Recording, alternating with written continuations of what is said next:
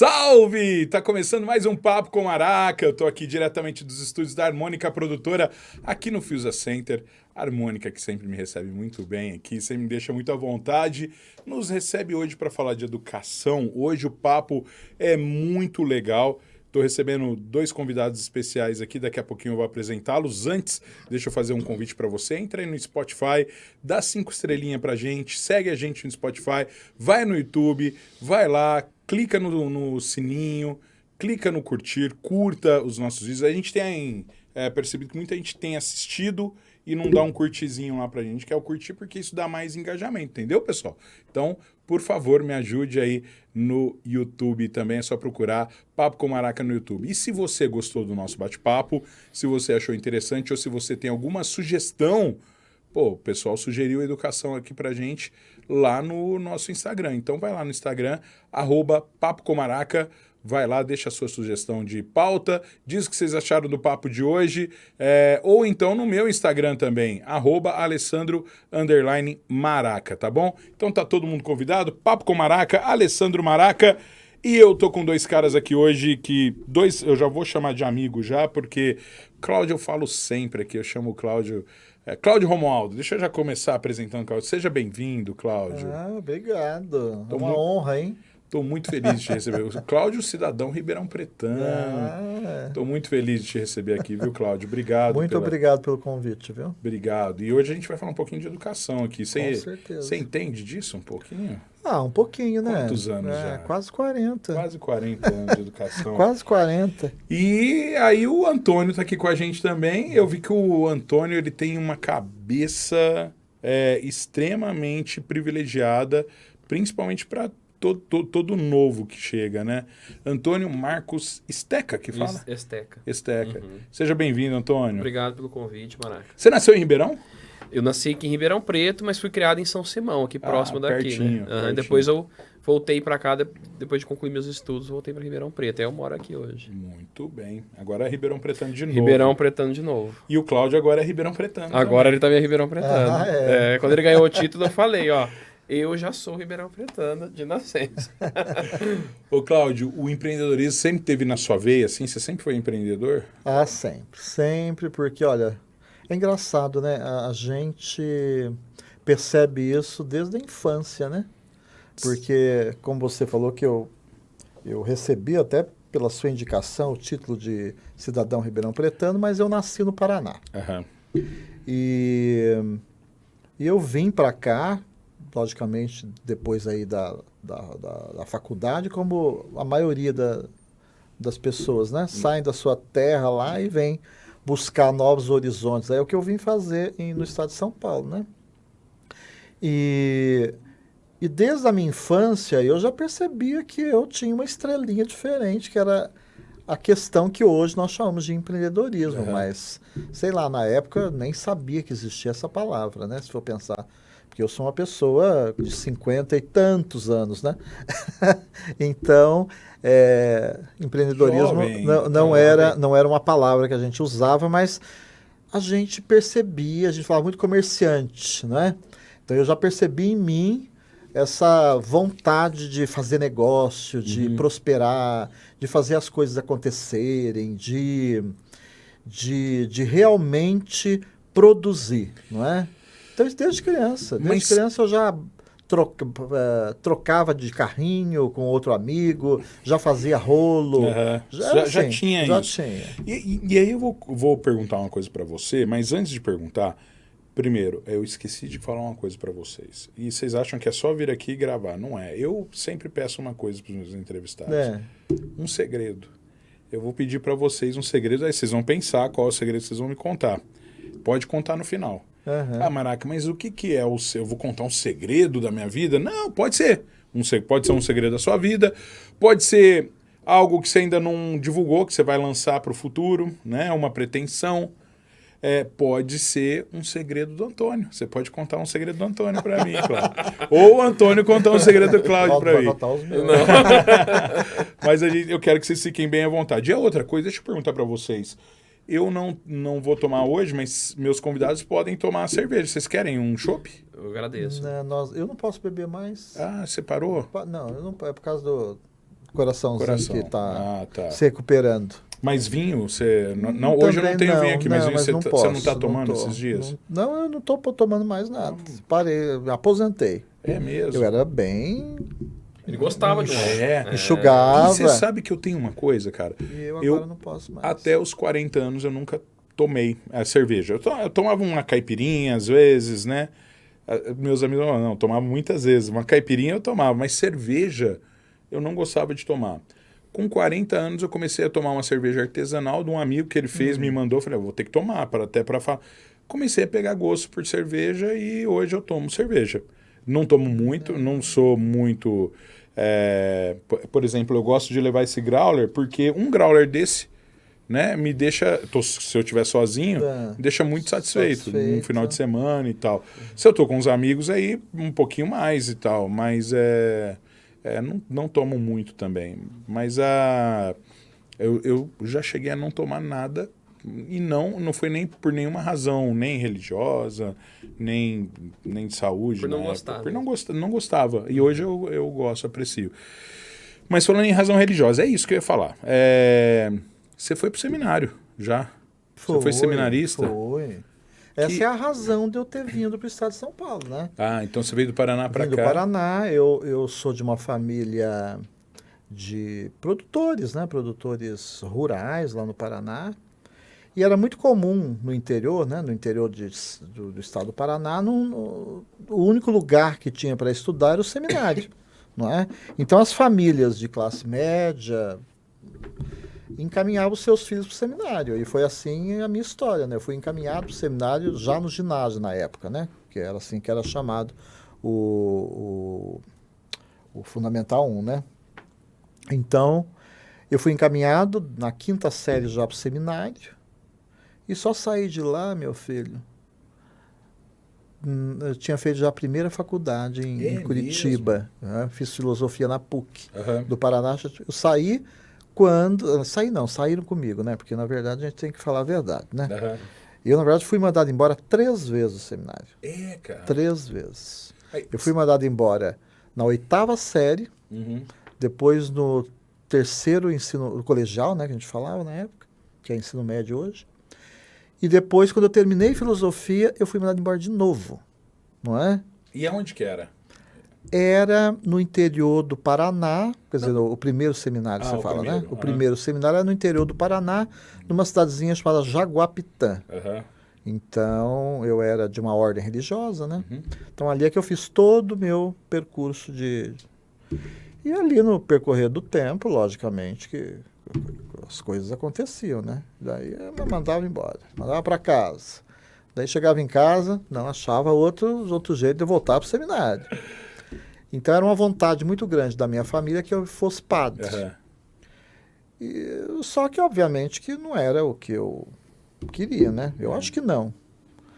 E acabei ficando, mas eu fiquei, se você for pensar, foram 4 anos, me ajuda aí, o matemático, né? 4 anos, 3 mais 4.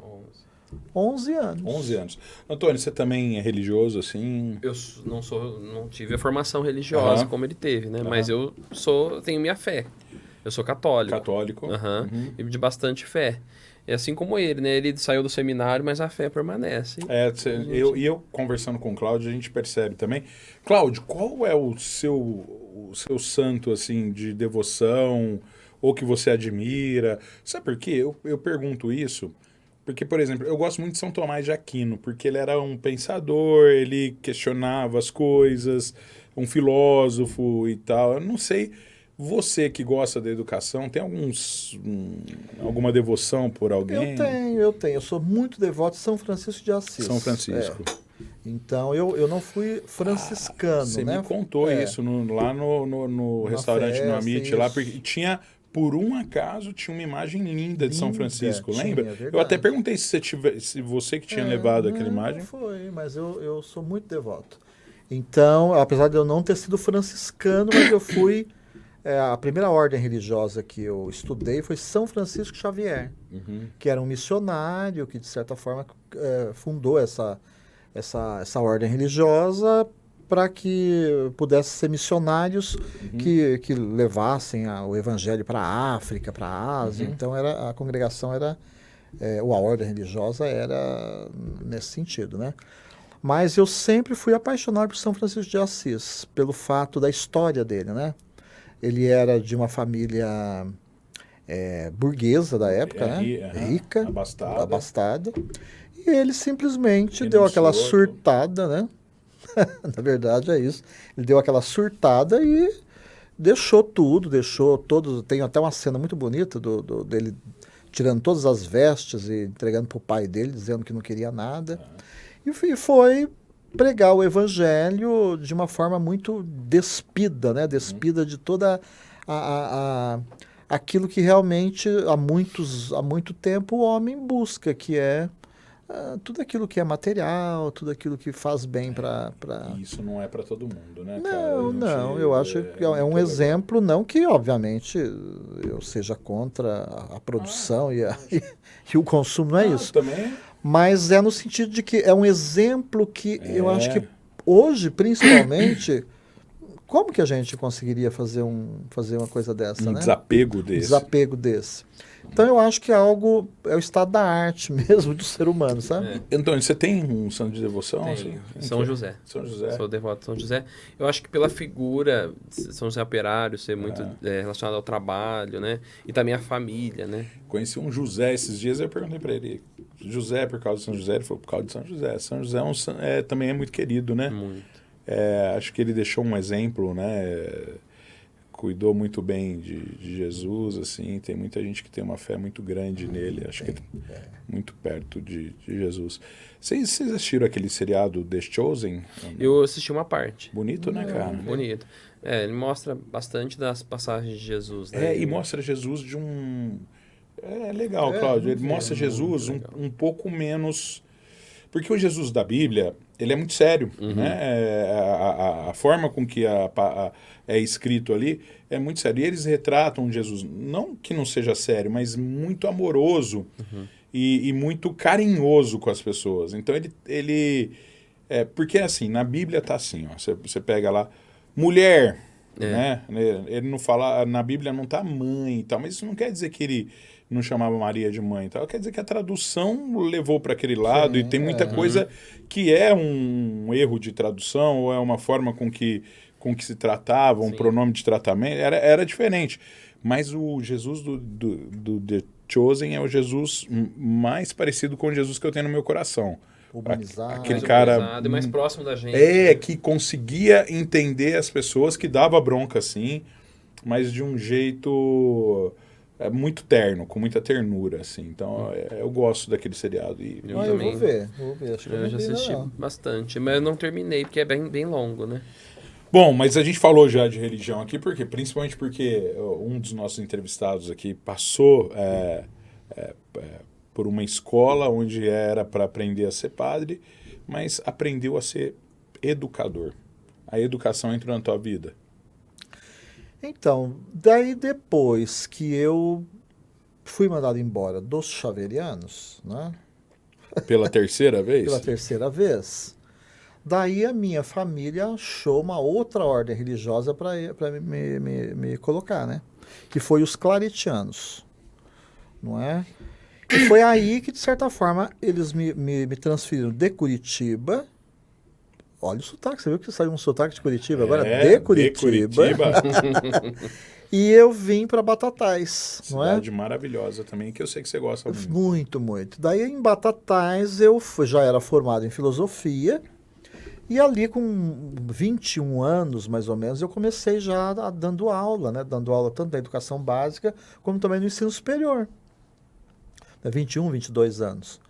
Então foi aí que começa a minha jornada, né? Na educação, começa a minha experiência, né? Tanto profissional como também afetiva com a educação, né? Foi ali. Então o Batatais foi meu berço mesmo. Nas Claretianas? Foi nas Claretianas. E você chegou a dar aula lá? Cheguei, eu fiquei 6 anos com eles, né? Daí, nesses 6 anos eu fiquei dando aula, cheguei a dar aula na pedagogia, cheguei a ser coordenador da pedagogia, dava aula na rede pública na época lá, né? Prestei concurso público.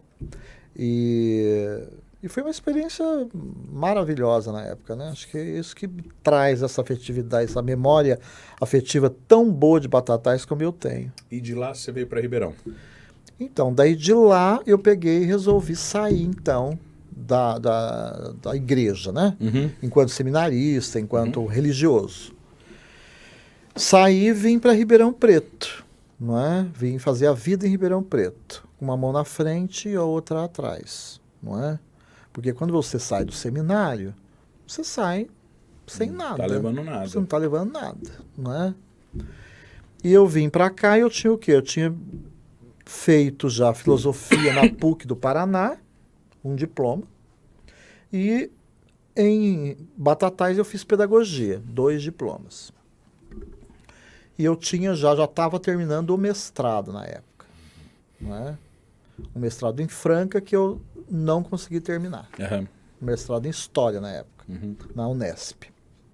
Então, essa era a minha... Eu estava nesse período da vida, né? Só que daí eu resolvi falar para minha família lá no Paraná que eu não queria nada. Mas aí o que eu fiz? Para eu poder, de certa forma, sair dessa situação toda e resolver também com a minha família como dizer para eles que eu não iria mais ser padre, né? Então eu fui para os Estados Unidos. Daí eu fiquei nos Estados Unidos uns 4, quase 6 meses, eu acho, né?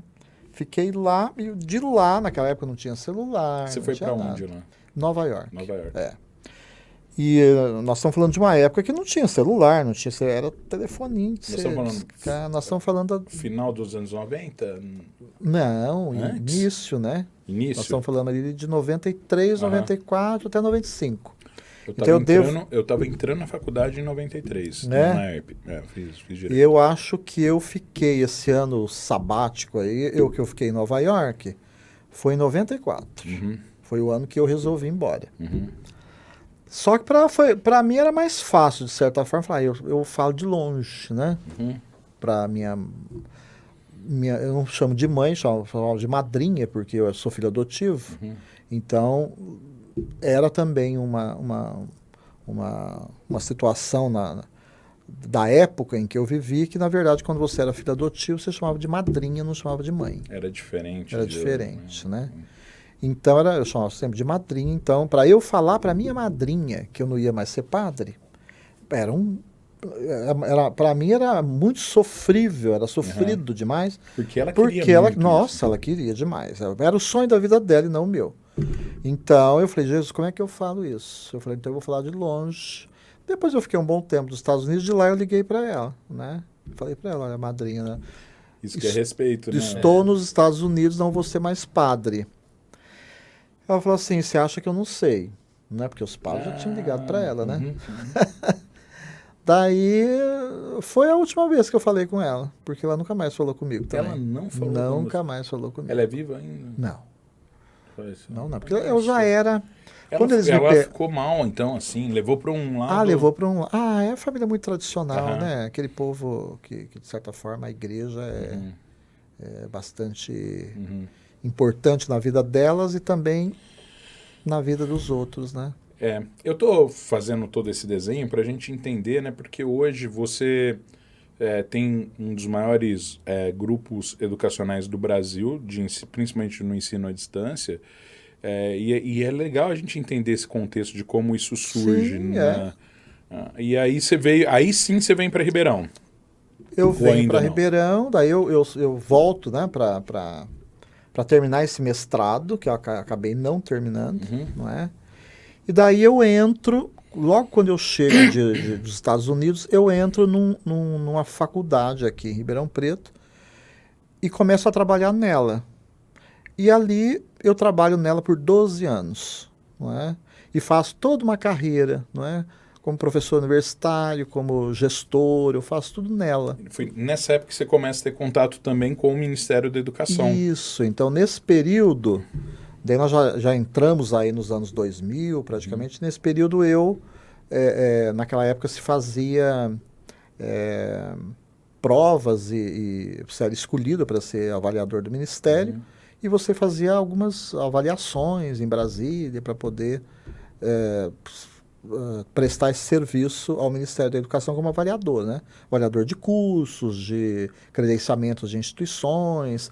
Então eu comecei a fazer isso muito cedo também. Isso nós estamos falando de 2004. Cláudio, e passar por essa experiência de avaliador talvez tenha sido um divisor de água na sua vida, porque você consegue entender quais são as necessidades da educação em cada lugar, né? E as diferenças Sim. que a gente tem. Porque nós estamos falando de uma época onde se fazia as avaliações de forma presencial. Então eu viajei o Brasil inteiro fazendo avaliações, né? Então pensa, eu fui a fazer avaliações no Amapá, não é? Eu fui fazer avaliações em Ji-Paraná, em lugares assim que para a época eram lugares difíceis até de chegar, não é? Então, no Piauí, no Maranhão, né, em várias regiões de Minas Gerais, eu viajei o país inteiro.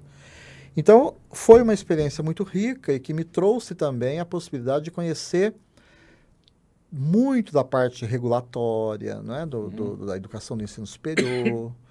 E, obviamente, que isso me trouxe um know-how muito grande para eu... Aí o Cláudio, professor, ele vai também virando o Cláudio gestor. Vou.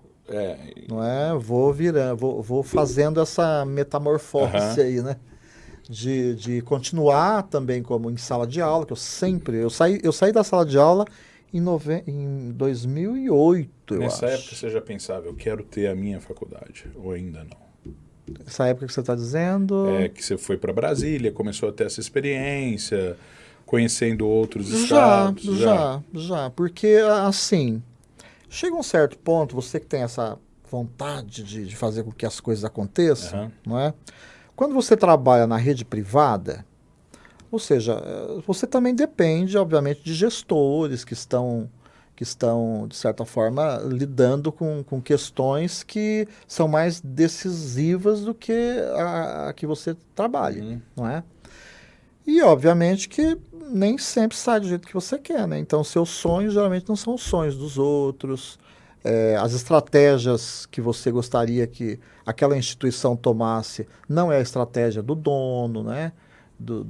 Daquele mantenedor e assim por diante. Então, eu acho que daí não deu mais certo, porque eu queria muito...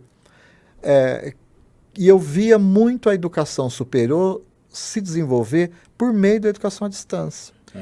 Coisa que na época nenhum gestor via, não é? Nenhum dono de faculdade via isso, não é? Até porque também nós estamos falando ainda de uma universidade elitista, né? Exatamente. Nós estamos falando ainda de uma faculdade, ou seja, de um ensino superior elitista. Cara, eu vou te dar um exemplo. Eu falei que em 93 eu ingressei na faculdade aqui. Me lembro perfeitamente que quando eu prestei porque naquela época, para entrar no curso de Direito aqui na UNAERP, você ainda tinha que prestar o vestibular, porque tinha uma concorrência que era o único curso de Direito que tinha em Ribeirão Preto. Então você já vê aí também uma elitização. Muito bom. Eu não teria condições de ter estudado lá, não fosse a expectativa já de conseguir o crédito educativo, né? Então eu precisava do crédito educativo. E aí eu passei no vestibular, fiz minha matrícula e no começo... era muito difícil até financeiramente para pagar. Aí o que eu fiz? A gente teve, em 93, aquela coisa de plano real, cruzado e não sei o quê. A gente teve uma manifestação dos alunos porque aumentou a mensalidade muito naquela época. E aí, com essa manifestação, nós começamos a pagar, na época, a faculdade em juízo. E, paralelamente a isso, eu tinha requisitado o crédito educativo, que começaram a fazer a minha análise e tal, social, econômica, e graças a Deus me chamaram, porque senão eu não teria conseguido me formar. O crédito educativo me ajudou muito. E é o que você falou, era a faculdade naquela época, eu posso falar tranquilamente, eu venho de um bairro, a maioria das pessoas que são de Ribeirão vai saber, do Quintino 2, que as pessoas não tinham chance. Eu acho que 90% dos meus amigos que se formaram no colegial ali no terceiro ano do ensino médio comigo, 90% só vieram... 90 não, vamos lá, acho que 70% só vieram fazer faculdade depois, porque hoje é mais é menos elitizado, né? Hoje as pessoas conseguem, tanto que eu tenho amigos que já fizeram a segunda ou terceira faculdade. Mas naquela época não, pouquíssimos tinham. E ainda mais cursos como Direito, Medicina, Engenharia, que eram muito concorridos aqui na cidade de Ribeirão Preto, menos ainda. Então, quando eu digo isso, eu digo dizendo que as pessoas não conseguem notar isso, prestar atenção. Sim. Mas hoje a gente consegue ter mais acesso, e aí eu não estou dizendo por uma questão política, mas por uma questão empresarial, né? O ensino privado, ele supre uma necessidade que o público não consegue, que o ensino público não consegue ainda atender, que é a demanda de número de pessoas que a gente tem hoje. Estou falando tudo isso porque eu acredito muito que todo mundo deveria ter a chance de fazer uma faculdade e nem todos têm. E se a gente tem hoje isso, é justamente por conta de investimentos privados na educação, novas metodologias. E lógico que a gente vai ter que falar aqui do ensino à distância, né? Principalmente depois da pandemia agora, muito mais, as pessoas acreditam muito mais. Eu acho que é besteira quando alguém fala contra o ensino à distância, que ainda mais alguém que está numa posição de poder, que tem que trabalhar para democratizar isso. É lógico que a gente tem que sempre cobrar a qualidade, mas eu concordo com você. Eu dei essa volta toda para dizer, o ensino superior sempre foi elitizado no Brasil durante muitos anos, e você conseguiu ver isso. Sim, sempre foi no mundo todo, né? No mundo. Mas o Brasil, ele desde o período da monarquia, o ensino superior sempre foi o divisor de águas das classes sociais, né? E ainda a gente pode acrescentar um outro fator, que é o acesso mesmo. Hoje, 35% dos municípios brasileiros só têm acesso à educação superior por conta da educação à distância. Porque, por meio de polos de educação à distância. Porque não se consegue ter toda a estrutura completa em todos os municípios. Às vezes, olhando aqui no estado de São Paulo, ainda você está mais próximo sempre de uma boa cidade, uma cidade mais estruturada. Quando você vai em outros lugares do país, muitas vezes você precisa andar 300 quilômetros para conseguir chegar numa instituição de educação superior, uma sede. Né? Então, a educação superior hoje, ela depende para o seu desenvolvimento, para o seu crescimento, para alcançar muito da educação à distância. Ela não veio só para tirar esse aspecto elitista da educação, aumentar o acesso também do ponto de vista físico. Bom, Antônio, a gente começou um papo aqui mais com o Cláudio, porque eu queria fazer esse aspecto histórico para mostrar como a ideia de fazer uma faculdade que as pessoas tivessem acesso e pudessem estudar sem enfrentar esse grande problema da falta de estrutura nas cidades, nasce. Mas eu quero que você me ajude muito aqui, porque tem muito papo com você também, mas só para a gente terminar esse aspecto e chegar no nascimento da metropolitana. Aí você começa a entender que é uma necessidade trazer algo mais próximo das pessoas. Eu começo como todo jovem assim que é bastante arrojado, né? Eu começo a perceber que não dava para ficar naquela instituição por muito tempo, porque eu já tinha ficado 12 anos. Então, se eu ficasse mais, eu ia ficar naquele velho paradigma que você entra numa instituição, entra numa empresa e fica a vida inteira nela, não é? Que é um modelo de pensamento muito nosso, não é? Que foi, de certa forma, disseminado por muitos anos e nós fomos criados para isso. Até por conta da nossa criação católica, né? E assim era. Eu vejo, por exemplo, as igrejas cristãs protestantes, elas estimulam muito mais o empreendedorismo dentro das igrejas, né? Mas tudo bem, isso senão a gente não... Mas daí eu percebi e falei, não quero, não vou ficar mais, né? E olha que eu já estava chegando assim a funções muito privilegiadas dentro dessa instituição, né? Reitoria, pró-reitoria, assim por diante.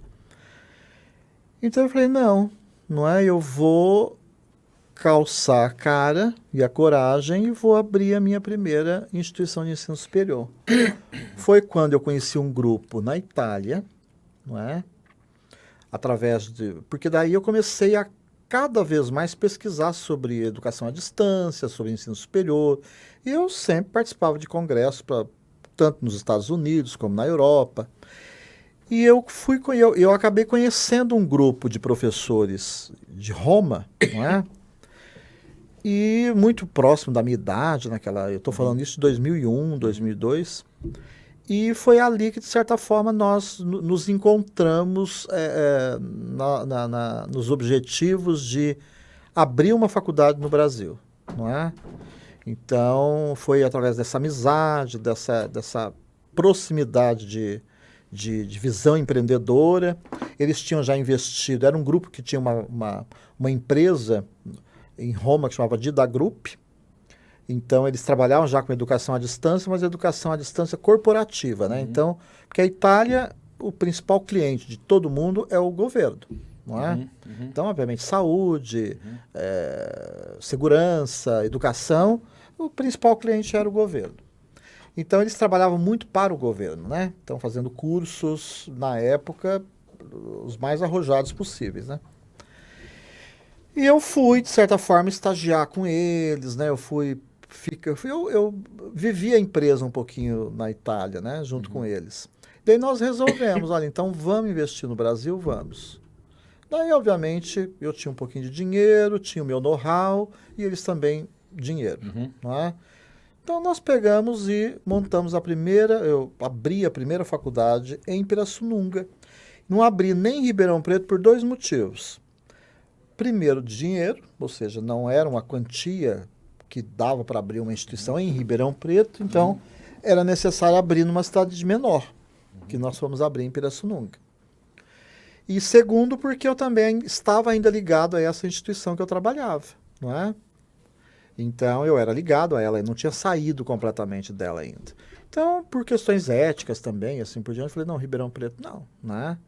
Daí foi quando eu fui abrir, em 2002, eu abri em Pirassununga a FATES, que foi a primeira faculdade, não é?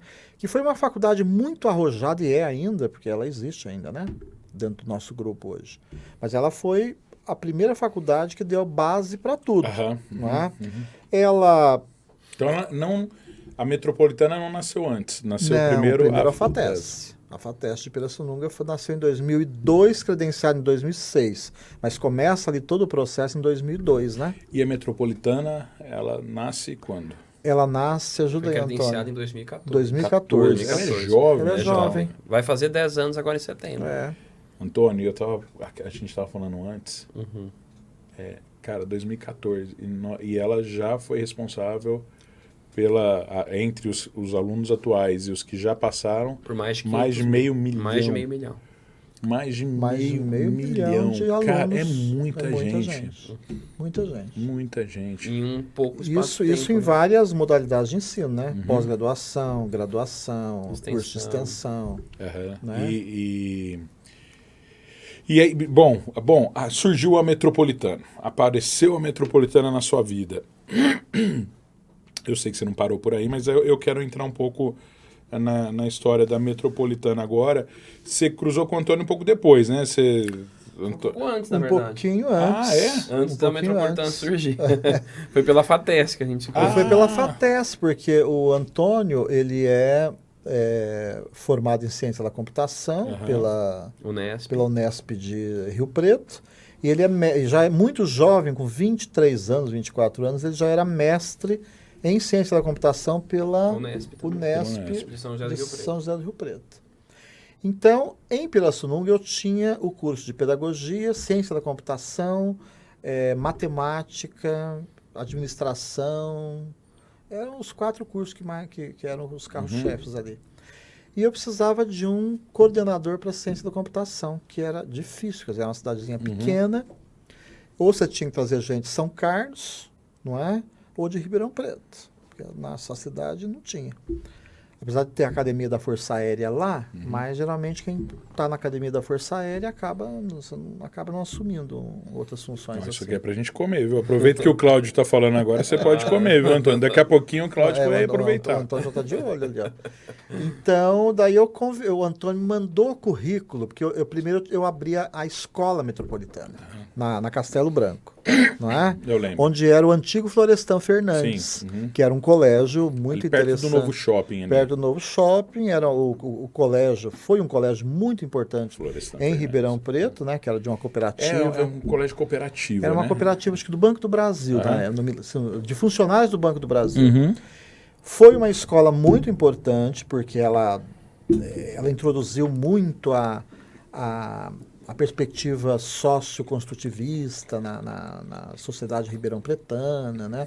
Uma sociedade tradicional, de escolas tradicionais. Então foi interessante, foi uma escola que marcou, não é?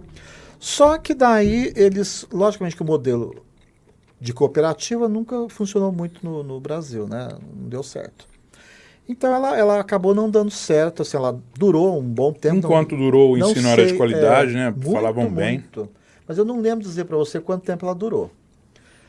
Mas ela fechou, acabou fechando, e o prédio, como o prédio era daquela associação espírita que é do lado, Tem uma creche ali do lado. Tem uma creche, é deles, o prédio é deles. Então ele deixou fechado por muitos anos. Aquele prédio ficou decadente. Eu passava lá e via, gente, isso aqui dá uma escola, não é? Eu passava lá, era um prédio muito feio, não é? Nossa, isso aqui dá uma escola. Daí, tá. Daí, um belo dia, eu morava em Pirassununga e aqui, porque eu ficava nos dois lugares, né? Em Ribeirão Preto e aqui, eu tinha casa nos dois lugares. Porque quando eu fui para abrir a FATEST em Pirassununga, eu fui morar em Pirassununga, né? Uhum. Daí um belo dia eu passando ali, eu vi uma placa, aluga-se. Eu falei, estão alugando esse prédio, né? Daí foi aonde eu abri a escola, não é? Eu reformei tudo aquilo ali e feio pra caramba. Pensa num prédio feio, era feio, não é? Tava abandonado, é como você falou, ele tava com aspecto tava abandonado. Muito abandonado, acho que foi mais de 10 anos abandonado, assim, que os proprietários não conseguiam manter aquilo, né? Ou seja, da infraestrutura boa. Daí eu acabei alugando e acabei reformando tudo, montei, abri a escola metropolitana, né? Uhum. Daí eu abri primeiro a escola, chegou a funcionar, né, Antônio? Então começou a funcionar. Começou a funcionar a escola. Fundamental, desde a educação infantil até o ensino médio. Não é? Que legal. Né? Daí o Antônio me mandou currículo para dar aula de matemática na escola. E o Antônio era ele estava numa empresa já de muito boa em Rio Preto, né? Sim. Então, quer dizer, você também já tinha se apegado à educação, você queria voltar. Na verdade, assim, eu quando eu estava terminando o mestrado, eu entrei como trainee numa empresa muito boa, uma Rodobens. E aí eu fiquei ali, fiz o programa de trainee, foi uma experiência muito boa, porque a gente podia fazer job rotation, então eu conheci vários trabalhos, né? Uhum.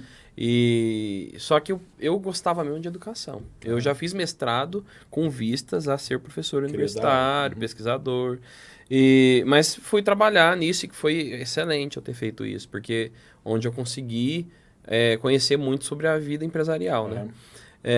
Mas eu já queria realmente entrar para a educação superior. E também eu estava em São José do Rio Preto e já estava praticamente noivo aqui em Ribeirão Preto. Então eu queria voltar também, né? O amor também. O amor também falou alto. Foi a namorada dele, ele conheceu no ensino médio e casou com ela. Me contando meu segredo. E casou com ela. Primeira namorada, ele casou com ela. Então ele tem as meninas hoje com ela. Você tem quantos filhos hoje? 2 gêmeas. Tem gêmeas, Gêmeas. Mariana e Letícia. Mariana e Letícia. Então, assim, aí eu queria voltar para cá também. E, ao mesmo tempo, eu via que, trabalhando nessa empresa, eu não conseguia conciliar educação com vida empresarial. Aí eu falei, não, eu vou tentar e voltar para aquilo que eu quero mais, que eu sonho, né, que eu gosto. E eu mandei o currículo para ele e falei, acho que ele não vai me aceitar porque eu não tenho licenciatura, né? Mas vamos tentar, né? E aí, na verdade, ele não me aceitou para a escola. Daí eu bati o olho no currículo, falei, mas eu estou precisando de um coordenador, de um coordenador de curso lá em Pirassununga, né? É Ele verdade, era formado, falar ele tinha mestrado em ciência da computação. Uhum. E eu precisava de um coordenador lá, porque o meu coordenador... Bom, ciência da computação sempre foi um curso muito complexo, né? Uhum. Então, você não parava muita gente para ser coordenador. Então, e o meu coordenador tinha ido para o Canadá, não é? Estudar, fazer pós-doc. Daí eu falei, Antônio, olha, o curso vai passar por reconhecimento na época, né? Vai passar por reconhecimento e eu preciso de um coordenador lá. Você topa aí para Pirassununga? Foi assim que eu falei para você. Foi né? assim mesmo. Ó, tá aqui o projeto. Eu tô te conhecendo, então, ó, escola, tudo bem, tem a vaga, mas eu tô precisando mesmo de um coordenador. A esposa dele ficou brava. Agora que ele ia voltar... Mas sabe, foi uma discussão dessa, mas aí a gente acertou que eu ia e voltava, dava certo, era uma hora daqui. Eu falei, ó, se você ficar uns 3 dias em Pirassununga, tá ótimo, né? Uhum. Daí você fica o resto aqui, na escola, trabalhando comigo. Uhum. Daí foi assim que nós começamos, né? O Antônio lá, daí ele começou a parceria dos dois. Ele começou a nossa parceria, ele trabalhando no curso de Ciência da Computação, como coordenador, como professor também, refez todo o corpo docente, né? Que precisava refazer, porque o curso precisava de notas maiores, né? De conceitos melhores no Ministério da Educação, inclusive. O Antônio conseguiu, de certa forma, dar um up no curso. Daí eu comecei a falar, esse menino é diferente, não é? Uhum. Eu falei, esse menino é diferente, ele tinha 24 anos na época. Eu falei, ele é diferente, ele já... Tá com quanto hoje? 34. 10 anos. Eu falei assim, ele conseguiu fazer um curso, de certa forma, dar um up grande nele, né? Em relação à mudança de corpo docente, a estrutura da matriz curricular, a parte pedagógica. Eu falei, ele tem uma veinha boa de gestão. Daí eu comecei a trazê-lo para outras linhas do negócio, né? Porque daí já tinha a escola aqui. Você se lembra qual foi o segundo desafio que Já você me jogou? tinha, então, depois eu já tinha também aberto a escola em Franca, não é? Uhum. Porque daí em Franca eu comprei uma Metropolitana, usava o nome de Metropolitana lá em Não, Franca? lá é Colégio Copérnico. Copérnico. Né? Uhum. Então lá, na verdade eu não, porque a única escola que eu não abri do zero foi lá, porque eu comprei do Lacordelli. Uhum. O Lacordelli lá sabe o Lacordelli? Sei. Então eles tinham uma unidade lá. Daí, essa unidade lá, a Cristiane vendeu para mim, não é? Daí, eu, de Lacordelli, transformei toda ela e criei o Colégio Copérnico em Franca, não é? E hoje tem a faculdade também. Isso. Daí, hoje, nós temos a Faculdade Metropolitana de Franca, que é diferente da Faculdade Metropolitana do Estado de São Paulo, que fica aqui em Ribeirão Preto. Então, hoje nós temos 3 faculdades, né, credenciadas pelo Ministério. Logicamente que elas têm toda uma sinergia, mas são 3 unidades diferentes, independentes em relação a cada uma, assim, do ponto de vista legal, né? Então foi assim que, de certa forma, nós começamos essa parceria. O Antônio... E ele tinha muita vontade de começar a entrar com o EAD. Mesmo antes da Faculdade Metropolitana. Então ele estava num projeto de colocar no ar o Estúdio Sem Fronteiras. Isso. Ah, que legal. E o nome já bem sugestivo. Bem assim. sugestivo. Essa foi o primeiro desafio. Foi o segundo desafio que eu né? dei para ele. Eu falei, Antônio, vamos então abrir o Estúdio Sem Fronteiras, não é? Que de certa forma era um trabalho que, já que a faculdade faz, que é a extensão, né? Porque a faculdade, o ensino superior, ele nasce e cresce sobre 3 pilares. É o ensino, a pesquisa e a extensão. A extensão quase ninguém dá bola para ela, não é? Porque a extensão seria aqueles cursos de aperfeiçoamento que são dados, né, à comunidade e aos alunos, que geralmente pouquíssimas se desenvolvem tanto. Mas nós desenvolvemos demais a extensão pelo Estúdio Sem Fronteiras, né? Então começamos lá, né? E foi em 2014 que a gente começou. 100 cursos, 50 cursos, 100 cursos. Hoje o Estúdio Sem Fronteiras tem mais de 1.500 cursos, que oferece ao Brasil inteiro. Em todas as áreas. Não é? Em todas as áreas. Então, a extensão e o Estudo Sem Fronteiras, através de cursos de aperfeiçoamento, e para você ter uma ideia, o curso que mais, de certa forma, teve impacto foi o curso de Libras. Não é? Sim. Nós vendemos e oferecemos cursos de Libras por anos no Brasil inteiro. O que nós formamos de professores e profissionais de Libras, você não tem ideia, né? Pelo Estudo Sem Fronteiras e antes de forma presencial também. Então foi o carro-chefe nosso. O Sem Fronteiras, ele tem a base em Ribeirão? Tem. Sim, a sede é aqui. A sede é aqui, lá naquela unidade que você foi visitar. Onde eu fui visitar, ali perto de Nova Aliança. Nova Aliança. Então ali que fica o Estudo Sem Fronteiras e fica todo o QG dele ali, não é? E ele foi um mega laboratório, porque pra gente colocar aquilo, assim, como é a extensão, a gente podia trabalhar no Brasil todo, né? E aí a gente tinha que aprender como chegar, né? A todo o país e levar uma coisa que fizesse sentido pra gente daqui, pra gente lá do Amazonas e até pra fora do país. A gente já tem alunos em mais de 10 países por meio da extensão. Olha, porque são então países de língua extrapolou. portuguesa, né? Extrapolou. E então ali foi um laboratório, tanto de aprender a trabalhar bem com a educação à distância, como também de aprender a administrar uma empresa que conseguisse chegar a todo lugar, né? Então foi muito bom. E aí ele deu subsídio para depois a metropolitana. Mas eu vou fazer uma pergunta íntima para vocês. Nessa época, a educação à distância ainda estava engatinhando. Vocês dois tinham plena convicção de funcionamento da educação à distância nessa época já? Você tinha, Cláudio? Já, você tinha? Também já tinha. Porque senão você não teria entrado nessa... Eu acho que também tem muito a ver, eu acho que quando a gente não acredita é difícil fazer funcionar. E acho que tem muito a ver com a minha formação, né? De base. Porque eu sou um cara de ciência da computação. Que trabalha... TI tem tudo a ver. Para mim, dá para se fazer muito bem por meios tecnológicos as coisas. E hoje, mas eu posso dizer uma coisa, mudou. Eu achava que funcionaria bem. Hoje eu consigo ter muita convicção de que funciona melhor do que presencial para o jovem de hoje. Hoje eu acho que funciona melhor.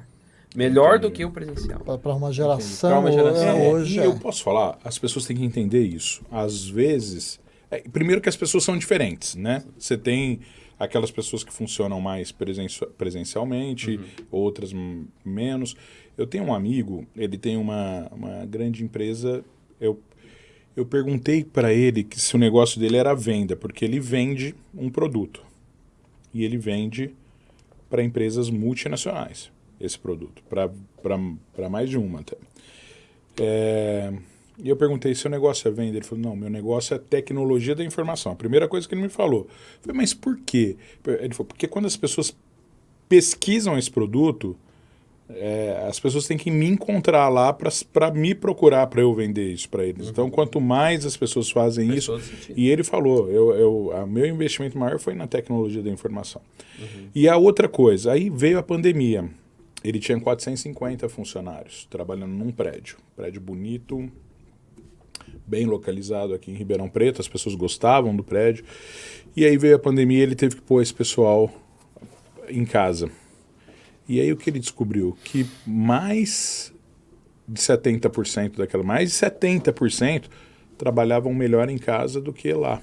É lógico que tinha algumas pessoas que precisavam ter uma mentoria, precisa ter alguém próximo para, essa aqui você faz isso, vem. Mas a grande maioria, só de ter para essa pessoa a possibilidade de fazer isso da casa dela, de não ter que pegar um ônibus. O transporte coletivo em Ribeirão tem hoje, depois da pandemia, ele nunca mais recuperou o fluxo de antes. Por quê? Porque muita gente descobriu o home office. E da mesma forma, o EAD também. O EAD também. Então as pessoas estão ficando mais em casa e trabalhando de casa. E eu acho que para o estudo também é muito parecido com o trabalho. Como ele descobriu que as pessoas poderiam produzir mais de casa, ele primeiro teve um seguinte momento, voltou da pandemia, ele chamou todo mundo. Quando viu, boa parte não vendia tão bem lá quanto vendia em casa. Ele falou, não, vem cá, vamos fazer o seguinte, vamos migrar o pessoal, deu condições para todo mundo de ter os equipamentos em casa e migrou o pessoal para casa de novo. Hoje ele é uma empresa que trabalha com todo mundo em home. Então o negócio funciona muito bem mesmo, né? Eu acho que E o estudo é a mesma coisa. Eu vou falar uma coisa. Eu estudei na UNAERP, morando no Quintino 2. Eu tinha que pegar... Na verdade, eu pegava um ônibus de manhã para ir trabalhar. E eu não voltava para casa. Eu ia direto do trabalho, pegava mais 2 ônibus e ia para a UNAERP. Depois, para vir para casa de novo, eu pegava 2 ônibus. Um da UNAERP até o centro e um do centro até em casa, até o Quintino. Então, quer dizer, é muito longe, é muito difícil. Você chegava em casa 1 hora da manhã. Chegava em casa por volta de meia-noite, 1 hora da manhã. É isso mesmo. Então, era muito difícil. E as pessoas vão desanimando muitas vezes. E aí, as pessoas conseguem produzir muito melhor em casa. E eu acho que estudar melhor também. Você tem razão. Não, e também, assim, hoje, se a gente olhar o perfil da pessoa que faz educação à distância, assim... Tem os mais variados, né? Mas hoje é muito comum você ver pessoas que têm mulheres ou homens com filhos que trabalham o dia todo e que não teriam tempo de se deslocar até a faculdade. Seja porque é longe, mesmo que fosse perto, tem que pegar um ônibus e sair do trabalho e tal. Então, ele faz o horário dele, segue uma trilha pedagógica muito interessante que a instituição propõe e consegue aprender muito bem. E é o que eu disse, né? Aqui a gente tem que tomar cuidado com o olhar que nós temos, porque Ribeirão Preto é uma cidade mega privilegiada. Várias instituições de educação superior sediadas aqui. O estado de São Paulo todo tem esse privilégio de ter algum lugar perto. Mas tem lugares que não tem isso, né? Que você precisa dos polos para conseguir levar a educação superior de ponta lá naquela cidadezinha de 5 mil habitantes. Mas você tocou na pandemia, Maraca, mas a pandemia ela validou a educação à distância, não é? Mas nós, voltando um pouquinho, nós temos que lembrar que a educação à distância ela nasce num contexto onde ela é vista de forma muito preconceituosa, não é? Porque de onde que nasce a educação à distância? A educação à distância ela vai nascer, você lembra do Instituto Universal Brasileiro, onde de certa forma, os cursinhos vinham pelo correio. Mas só para explicar para o pessoal que está assistindo, porque nem todo mundo... Essa educação à distância que o Cláudio falou agora, nós estamos falando lá dos anos 80, talvez até antes, né, Cláudio? 60, 70. Dos anos 70. Que é o Instituto Universal Brasileiro, as pessoas estudavam por correspondência. Por correspondência. Então, é assim que nasce a educação à distância, tanto no Brasil como também em várias partes do mundo. Uma época o pessoal fazia piada, né? Você se formou por correspondência. Você tirou carta por correspondência. Então, mas essas falas, elas fazem parte de um imaginário que trouxe, obviamente, para a educação à distância um preconceito que a educação à distância ela veio para o Brasil para suprir uma educação para os menos favorecidos, não é?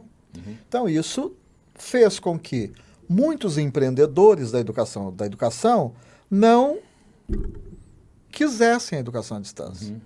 Por quê? Porque o ensino superior era elitizado. Então, para que eu vou levar para a minha instituição os menos favorecidos? Então, essa era a cabeça de muitos, e ainda não é? De muitos empreendedores da área do ensino superior. Por isso que, de certa forma, ainda nós temos... parece que tem muita educação à distância, mas não tem. Não é? Tem muitas instituições que não são credenciadas.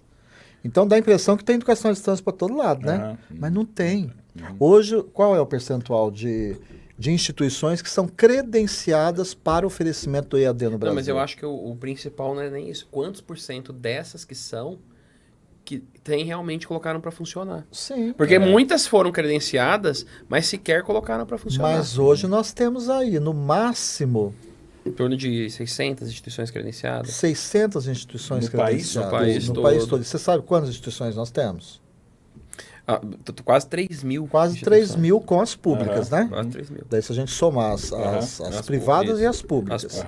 Nós temos cerca de quase 3 mil instituições. Hoje nós só temos 600. E se você olhar os que tem funcionando... Com alunos...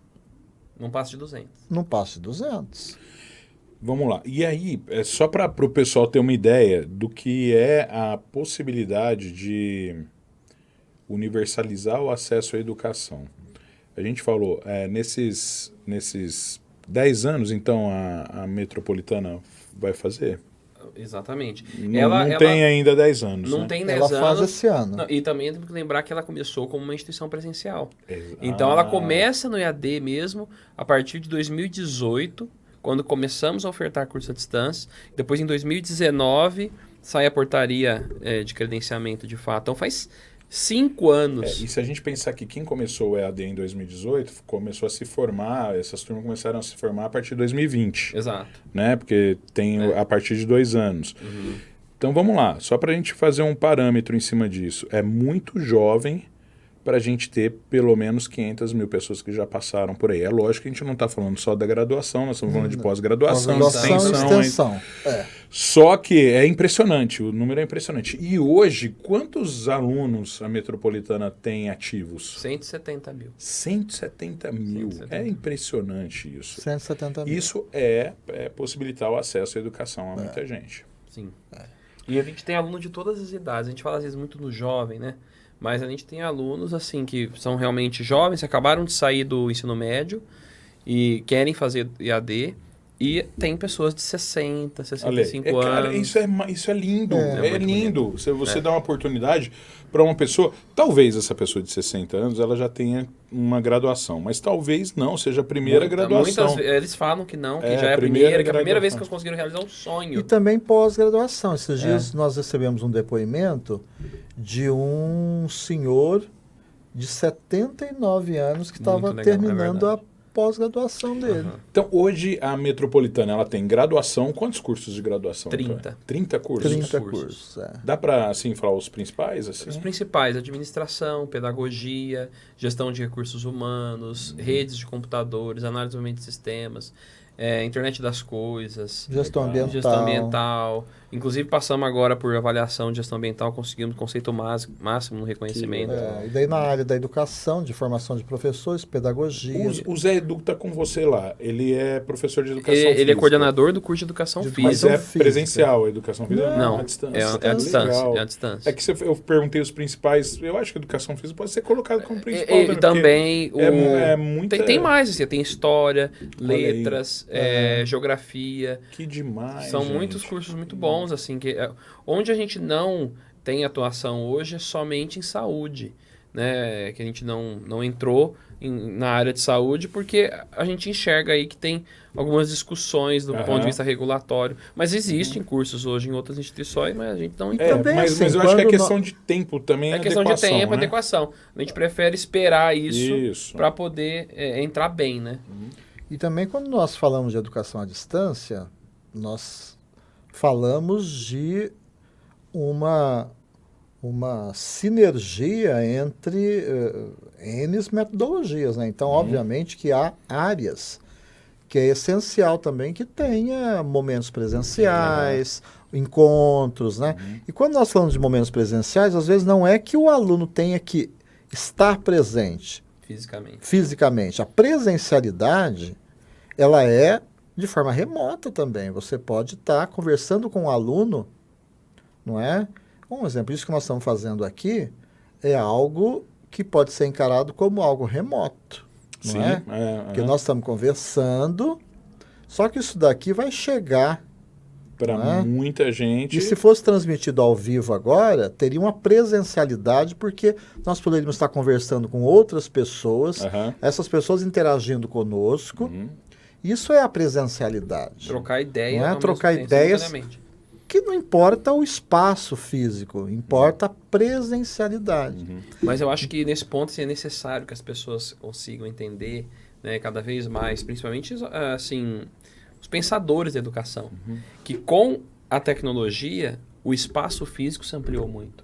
Porque é um espaço físico remoto. Quando você está fazendo uma transmissão ao vivo, existe um espaço físico criado por meio digital. É isso, as pessoas precisam entender isso. E só para quem está em casa aí visualizar. Quando você tem uma aula sendo transmitida ao vivo, tem alunos ali acompanhando ao vivo. Sim. Proporcionalmente, dá para falar quantos acompanham ao vivo e quantos vão ter a oportunidade de ver depois por causa de adequação de horário e tal? Assim, quando a gente propõe o encontro ao vivo, chega a ser 70% de pessoas que vão participar.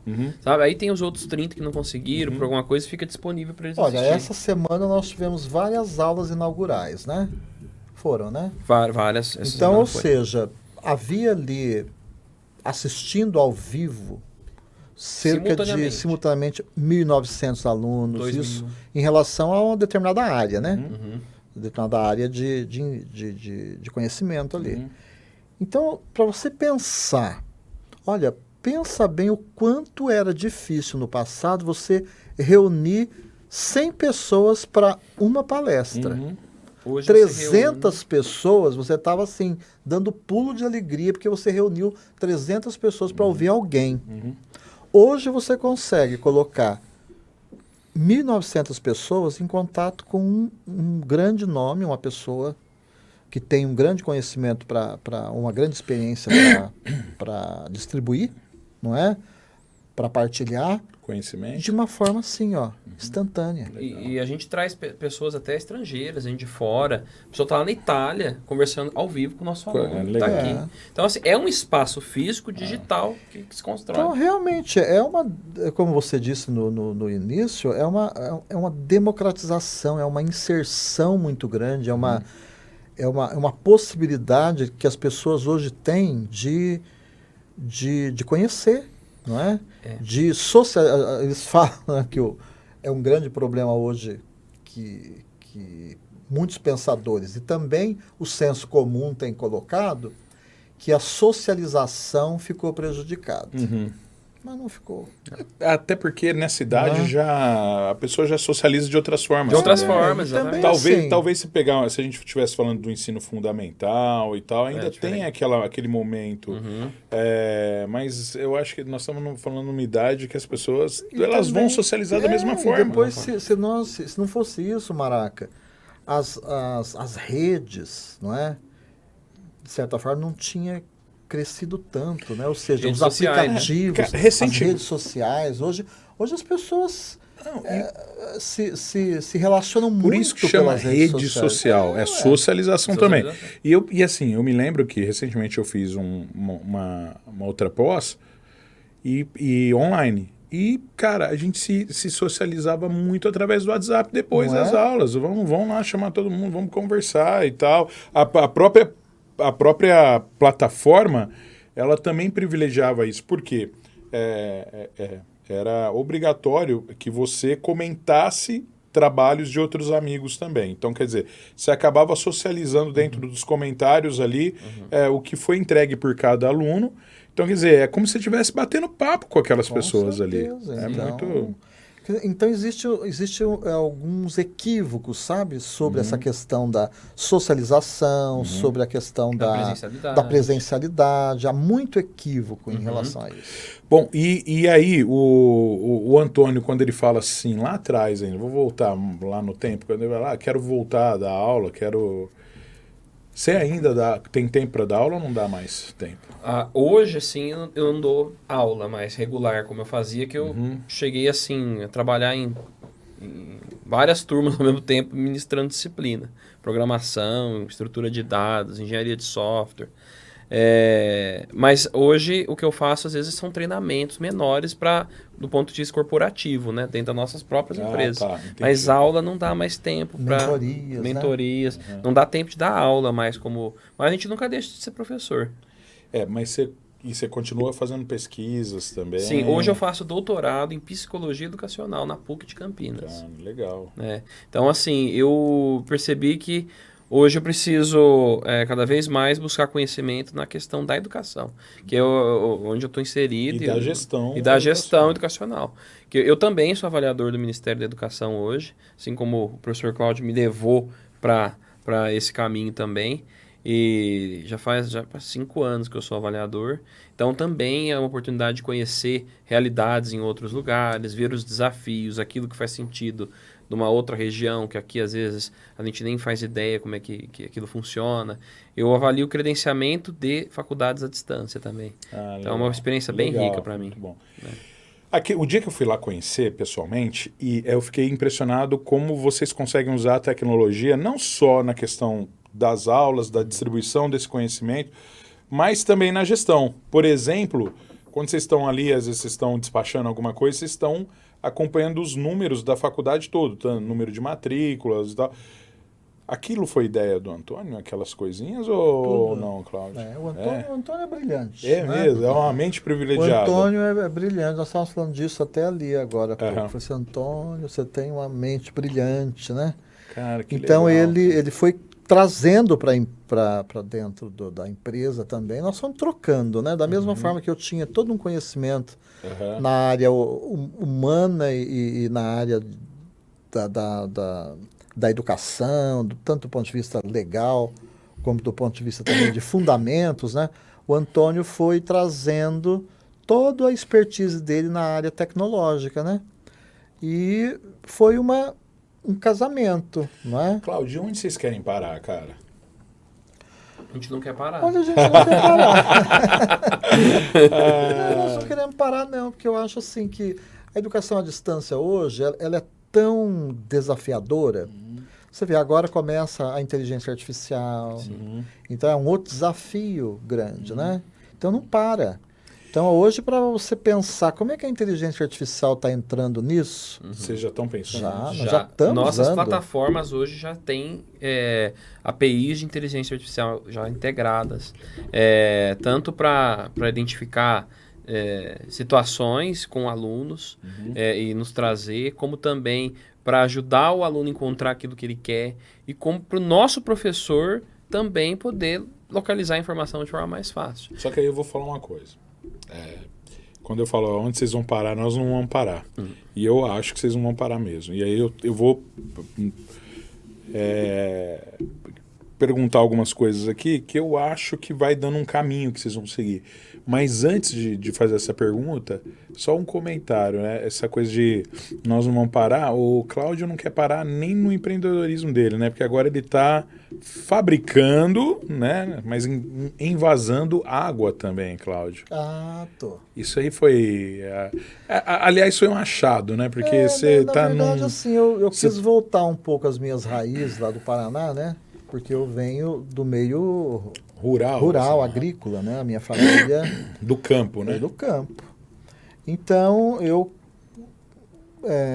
comprei uma fazenda, não é? Essa fazenda era uma fazenda inicialmente de gado, mas ela, quando eu comprei, já não era mais. Daí eu plantei café, não é? Café irrigado. Então, que vai ter a primeira colheita agora, maravilhosa. Teremos né? o café do Teremos Cláudio. café do... Já sabe o nome? Ele já na verdade, é Café das Águas Virtuosas, né? Que é o nome da fazenda. Mas vai ter Café Caconde, né? Porque a cidade fica a fazenda fica em Caconde. E lá nós então temos café, temos macadâmia, nós plantamos macadâmia, plantamos café. E a fazenda também já tinha uma mina, já tinha uma envasadora de água, né? Que estava muito acanhada, tímida. Daí nós fizemos todo o investimento nela e hoje é uma das promete aí ser uma envasadora competitiva em relação às marcas aí da região, Eu né? experimentei a água, é muito boa. Principalmente Muito a água com gostosinha, gás, né? achei maravilhosa. É muito... Você já tá manjando daquela coisa do pH da água, essas coisas, ou você deixa pro deu pessoal? tempo, não deixo. Tem coisas que eu deixo para os especialistas, né? Então ali a gente tem engenheiros de mina trabalhando, dando consultoria. Mas a água é boa? Boa, muito boa.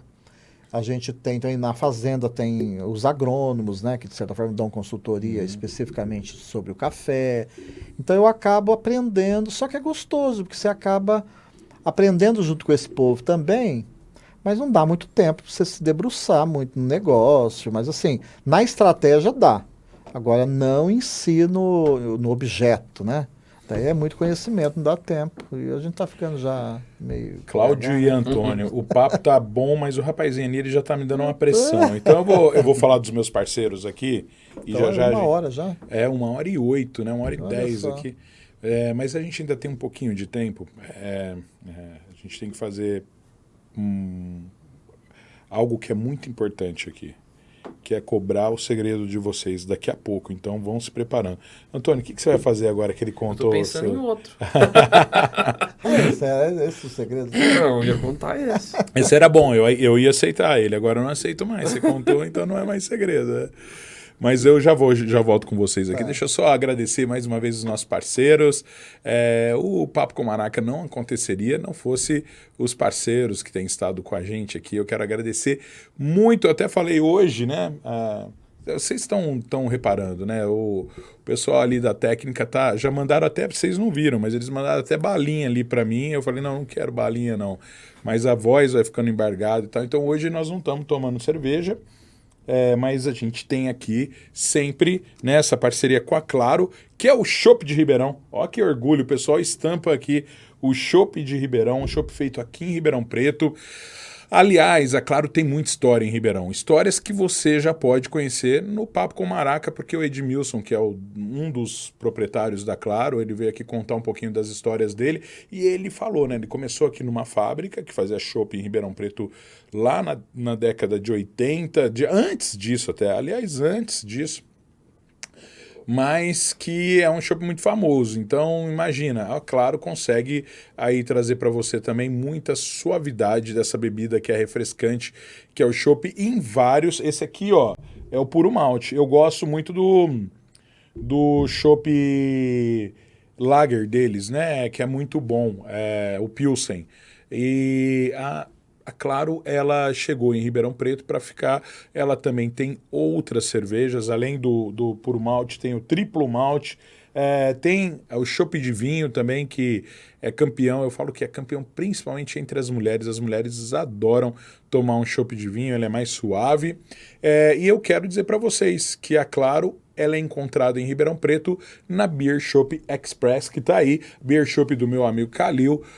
Também falo que tem uma praticidade muito grande. O Calil leva para você o chopp, leva para você a chopeira, leva para você o gás, se acabar o gás. Então é muita tranquilidade, é só pegar o telefone que está aí na tela, liga para o Calil e fala, Calil, quero chopp da Claro, e ele vai mandar o melhor chopp para você, num custo-benefício excelente, em barris de 20, 30, 50 ou até de 10 litros. Aí, se você não quer um barril, tem o growlerzinho de 1,5 litro, que é esse aqui, que é bem legal também, um tamanho muito bom para você curtir em casa ou com os amigos. Beleza? Quero agradecer também o Minas Frios que mandou pra gente, sempre tá mandando pra gente aqui uma tábua de frios para os meus convidados. Muito obrigado, Minas Frios. Açaí do Já, parceirão, Açaí do Já, sempre muito legal, mas por conta da gripe também, hoje eu falei, hoje nós não vamos ter Açaí do Já, senão eu não vou resistir. Ô, Cláudio, não... Você gosta de açaí, Cláudio? Adoro também, gosto também, muito bom, né? Muito Se bom. tem um negócio que inventaram e é muito brasileiro, né? É o nosso açaí. O Açaí do Já fica no Ribeirão Shopping e lá você tem opção de todo tipo. Você tem açaí sem açúcar, sem lactose, você tem vários outros sorvetes, você pode conhecer tudo isso lá no Açaí do Já e eu convido você a conhecer o arrobinha lá no Instagram do Açaí do Já, tá? Quero agradecer também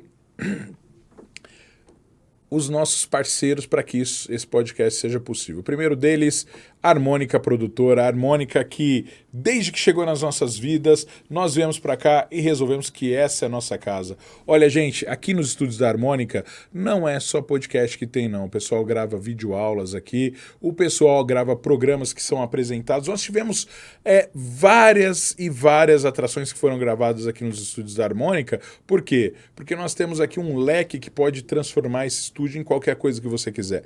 Mas o forte da Harmônica é a captação externas. Os melhores equipamentos você encontra na Harmônica e se você precisar, por exemplo, sua empresa vai fazer um grande seminário e você quer captar imagens e som dos palestrantes que vão estar por ali. Sua empresa vai fazer um festival de música, você quer captar imagem e som. É só procurar Harmônica Produtores. Se você quiser saber mais, é só ir lá no @Harmônica Produtora, Harmônica com H e K, tá? Harmônica Produtora, e lá no arrobinha deles, lá também você vai descobrir tudo que a Harmônica faz. E para terminar, os nossos parceiros para divulgar o programa com Maraca, você que já passou por Ribeirão aí, já viu nos outdoor, principalmente nos painéis de LED que deixam a cidade mais bonita ainda, a iMedia, a Vivace e a Painil, que são 3 empresas que desde o início do Papo com Maraca estão com a gente aqui. Eu quero agradecer muito a parceria de vocês, estão deixando o Ribeirão mais bonito.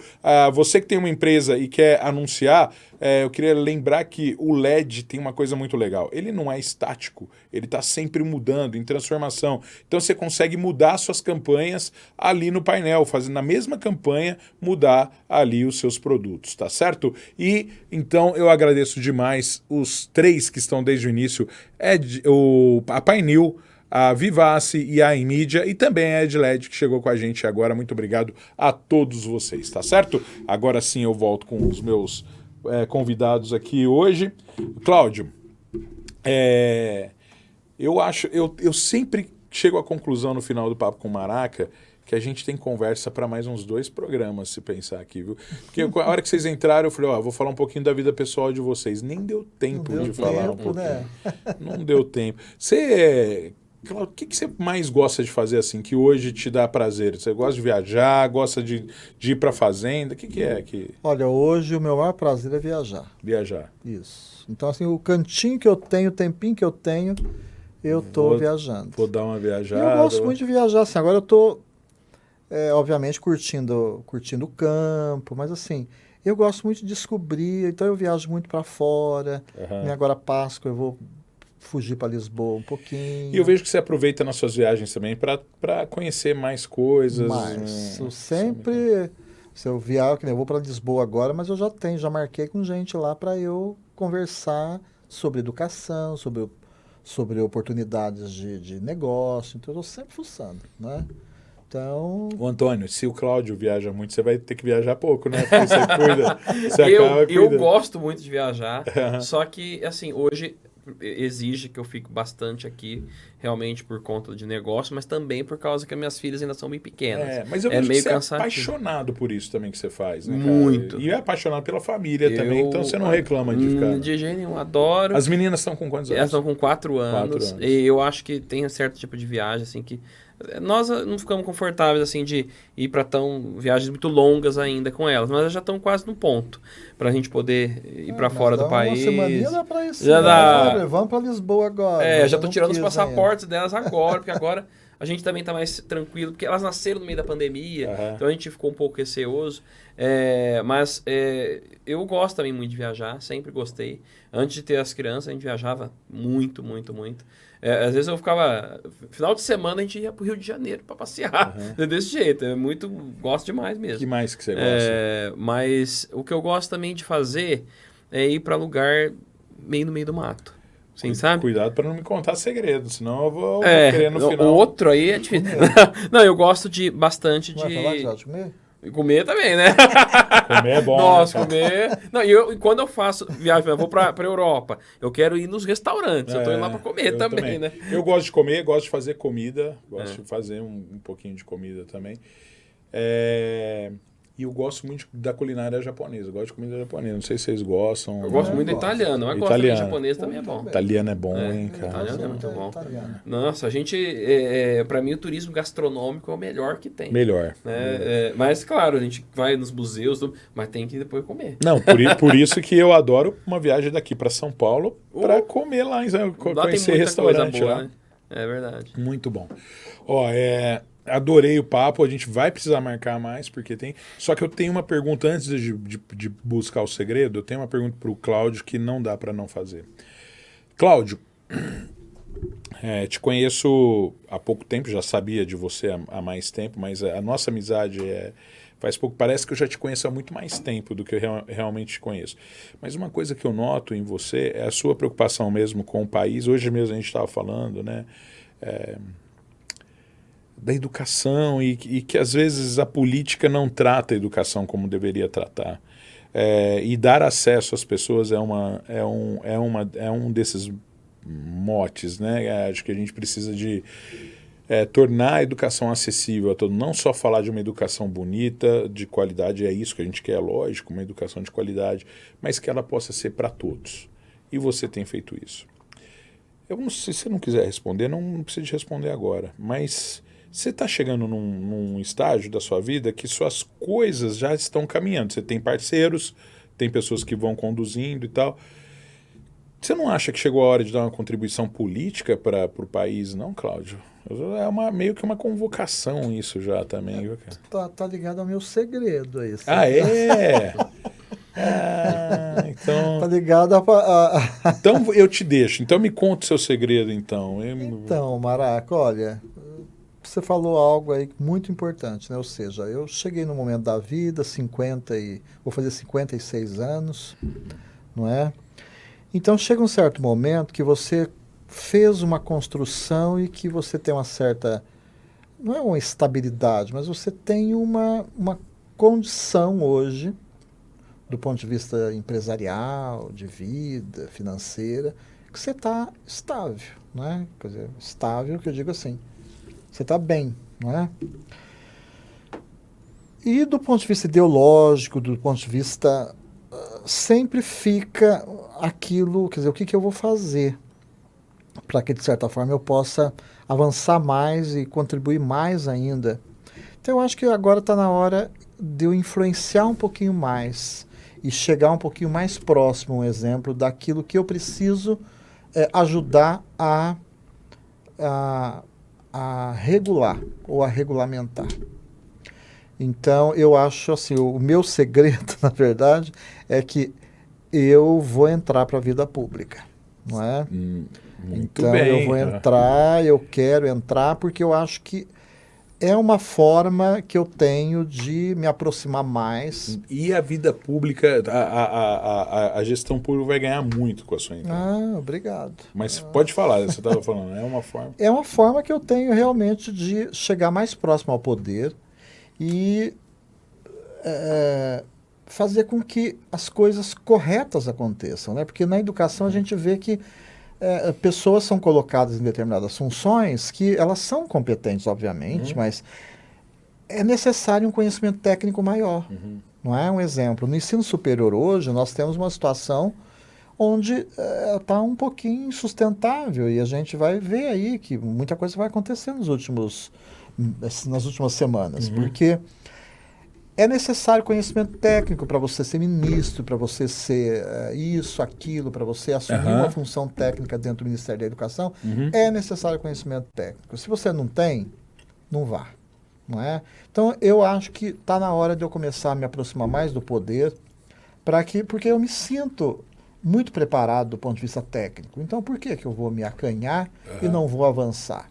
Então, eu vou para a área pública justamente para isso, porque eu acho que é necessário pessoas que levem para a esfera pública conhecimento técnico. Cara, eu acho demais isso que você está me falando. Eu fico muito feliz porque a gente precisa, tanto na gestão pública quanto nos outros poderes, pessoas que estejam imbuídas desse espírito, do espírito de melhorar a vida de outras pessoas. Eu acho que você tem isso no seu espírito. Pode contar aí, se eu puder de uma forma ajudar, pode contar com essa ajuda sempre. Quero estar perto desse momento aí quando essa hora chegar. Pode ter certeza. Vamos junto. E o Antônio? Eu não tenho muitos segredos. O Cláudio, eu gostei da risada do Cláudio agora, hein? O Cláudio, ele trouxe aí um segredo bombástico. Eu ia até falar, né? Que eu casei com a primeira namorada, mas foi 100% de acerto, né? Mas ele já contou, né? Gostei de 100% de acerto. 100% de acerto. Não, acho que um segredo aí, eu fiquei pensando aqui o que contar. Eu seria biólogo. Não era para eu ser uma pessoa de ciências exatas. Eu seria biólogo, médico. Até médico, talvez, né? Eu acho que na época do vestibular eu não tinha coragem de enfrentar assim, um vestibular de medicina, né?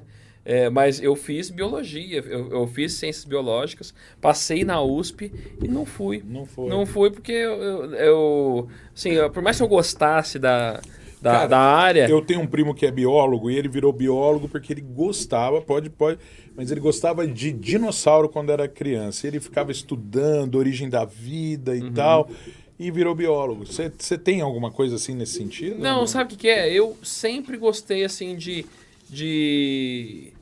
ver aquilo que não dá pra ver, né? Tipo célula, entender o funcionamento do organismo. Mesmo não sendo médico, eu procuro entender. Por exemplo, se eu vou tomar um remédio, eu leio ele de cabo a rabo a bula, vou pesquisar o efeito, até os dele. Ele é metódico? Metódico. O Antônio, na verdade, eu sabe que eu infartei há 4 anos atrás. Você é igual eu, você vai ter que tomar AS sempre? Não, Ixi, eu toma um tomo monte. 14 remédios por dia. 14? 14 remédios. É outro segredo. Eu salvei ele. O Antônio me salvou, porque eu infartei. Se não fosse o Antônio Vocês correr, estavam juntos? estávamos juntos.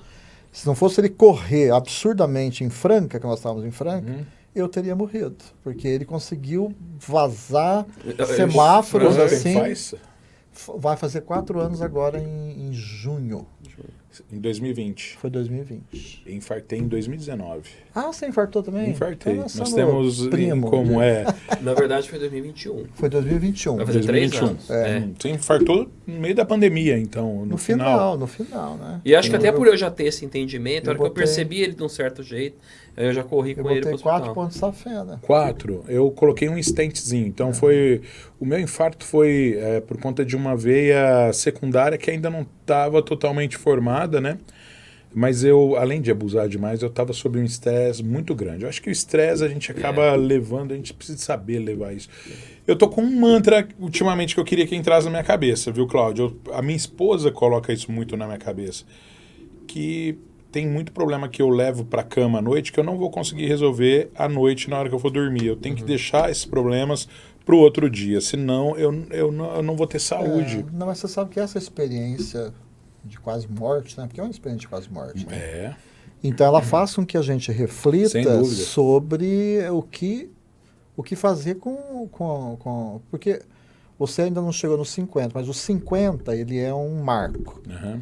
Ali você começa a perceber que a tua vida, você começa a Você contar de outra forma. Você já passou né? mais da metade dela. Apesar Né? que eu acredito que nós Vamos viver mais. vamos viver mais e nós assim, nós nos fazemos cada vez, porque as pessoas, não é contar a vida de forma de que você está perdendo, né? Aquilo que você perdeu. Não, você tem que perceber que você vai ficar melhor. Quanto mais velho você fica, você fica melhor. Sem dúvida nenhuma. E antigamente 50 anos era quase, você já É o fim começava a da ver vida, como né? idoso, né? Não, agora só que assim, esse marco que eu digo é porque você começa a perceber que a sua experiência já é uma experiência vasta. Então, você começa a ter crises do que você vai fazer com o resto de tempo que você tem. Não é? Então, é um período muito, muito importante. Então, eu acho que essa experiência faz com que a gente comece a deixar coisas de lado.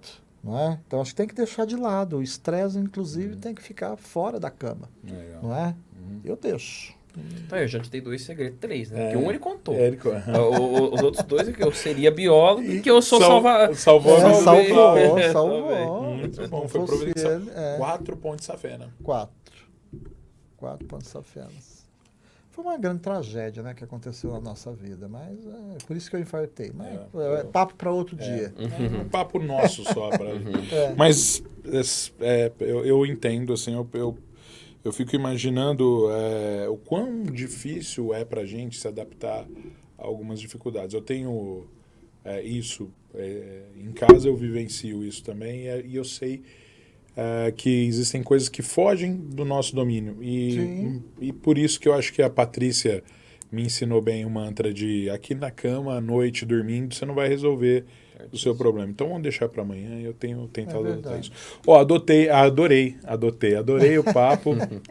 Adorei o papo com vocês e acho que mais uma vez eu vou terminar aqui com o sentimento de que poderia ter mais.